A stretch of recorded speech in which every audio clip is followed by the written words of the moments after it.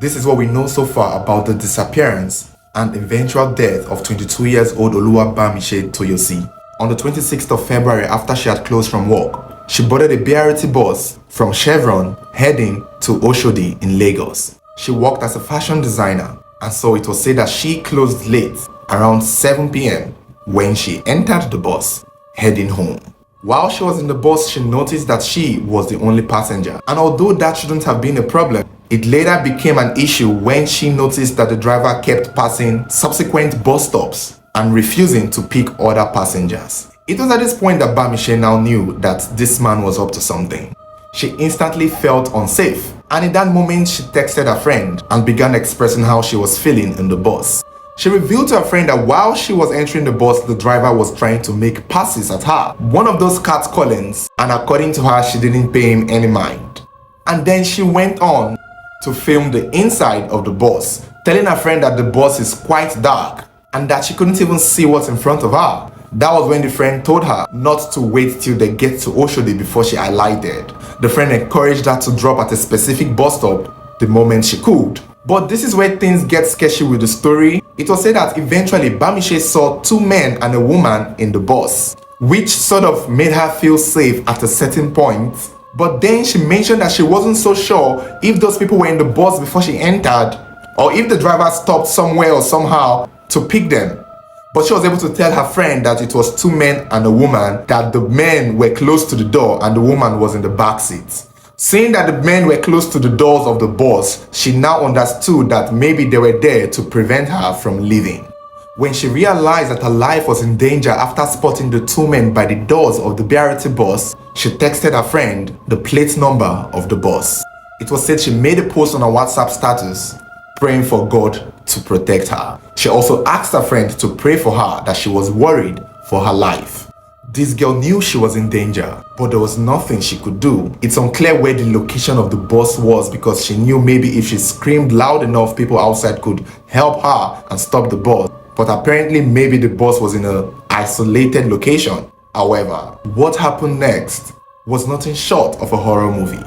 According to Bamise's friend, she was texting Bamise while Bamise was on the bus, trying to keep her, company so she doesn't feel alone somewhat. However, when Bamise stopped replying her text, that was when the friend knew that something bad was happening, and the friend tried calling Bamise. Bamise wasn't taking her calls, but the friend kept trying until eventually it felt as though Bamise picked the call, but the friend was hearing haggle and voices as though they were trying to take the phone from her. And that was the last the friend heard from Bamise. And quickly the friend informed Bamise's family, telling them that, see, this is what your daughter sent to me. This is the situation she's in right now.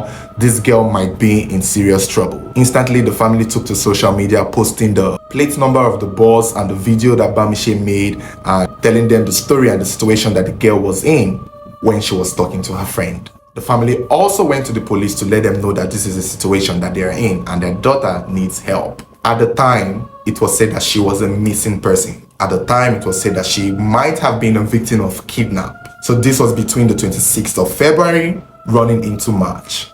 It was said that the police went to the BRT terminal to find the details of the bus that Bamise had given them the plate number for. When the people working at the terminal tried to look for the bus, they realized that the driver did not park the bus in the terminal the said day that Bamise went missing.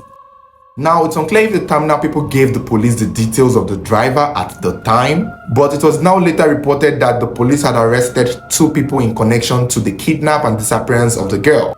It's unclear if it was the driver or 2 people who were in the bus too, but it was said that the police arrested 2 people.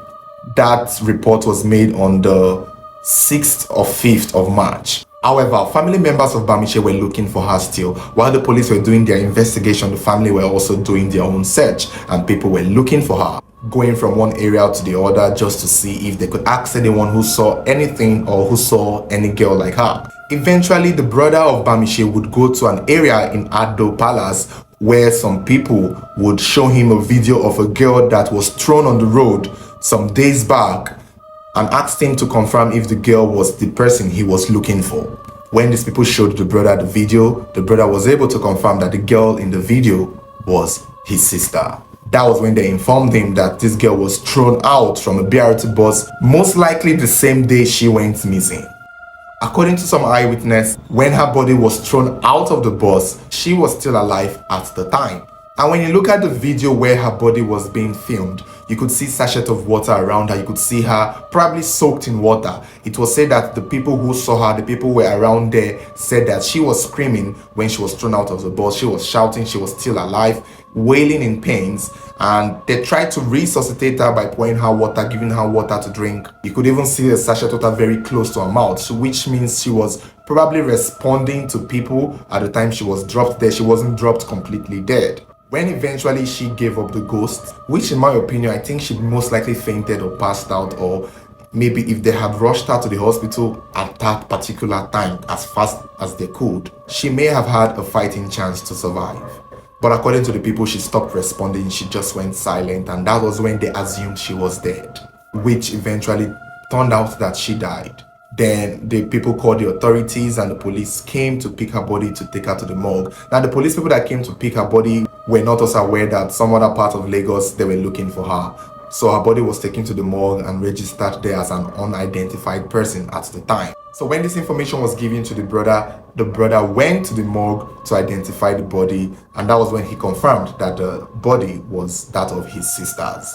Now, some reports had it that the brother said that they were going to take her body to run an autopsy to know if any vital organs of her were missing, which would most likely translate into, at first sight or in plain sight, nothing was cut out of her body. Although many reports had it that her vital organs were harvested, but some other sources did not mention it. And from the video that we saw of her body on the ground, there wasn't blood scattered all around like something that would look as though parts of her body was cut out.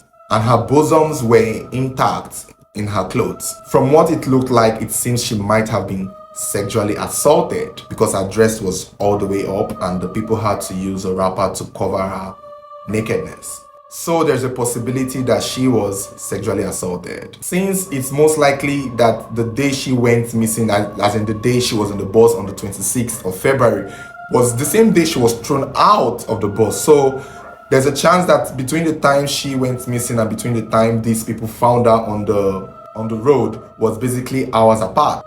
It only just took days for the family to get the information. So it's not clear if it's the same day that she went missing that body was thrown, but it's very possible because eventually the BRT bus had to go and park at the terminal, and family members went to the BRT terminal to find the exact bus that had the number that she had texted to her friend. So it's not as though she was held for days. It's just that when it happened to the day we got the information was just the lapses between these timelines. Soon afterward, the picture of the driver who was said to be driving the bus that Bamise went missing in was released. His name was revealed to be Mr. Andrew Nimes. When his pictures were circulating in the internet, more pictures of him started showing up. And it was later reported on the 7th of March, yesterday, that the police had arrested him and he was in their custody. At the same time, the police confirmed to the public that the missing girl had been found deceased. Currently, the story is still in progress, so we don't have all the information and there's a chance that more details would emerge in the future.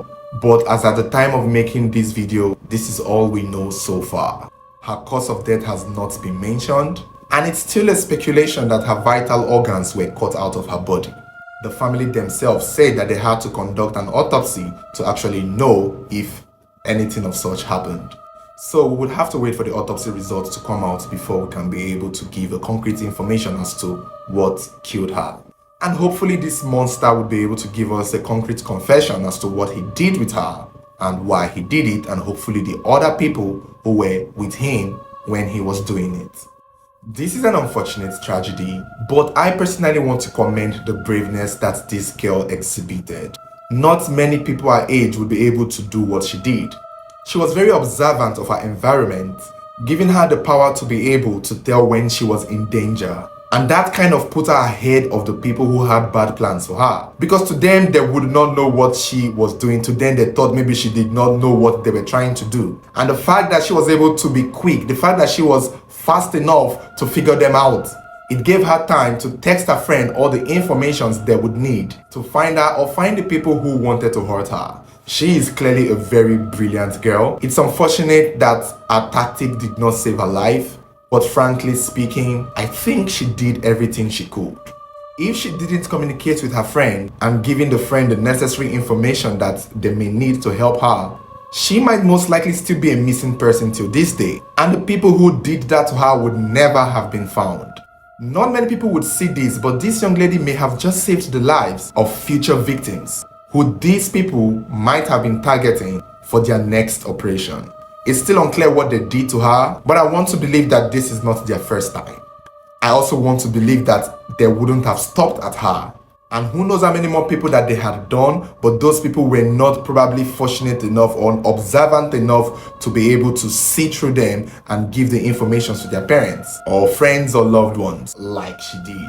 Yes, the act may not have saved her life, but at least it has saved many more lives who would have fallen victims to those criminals. My heart goes out to the family. I hope they are able to deal with the loss, and I pray for justice to be served for this young lady.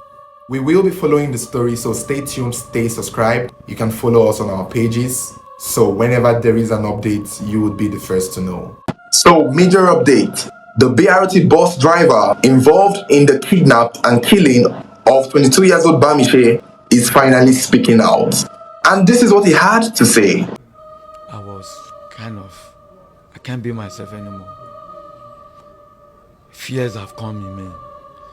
So whatever the man on guns sit down there, whatever he tell me is what I do.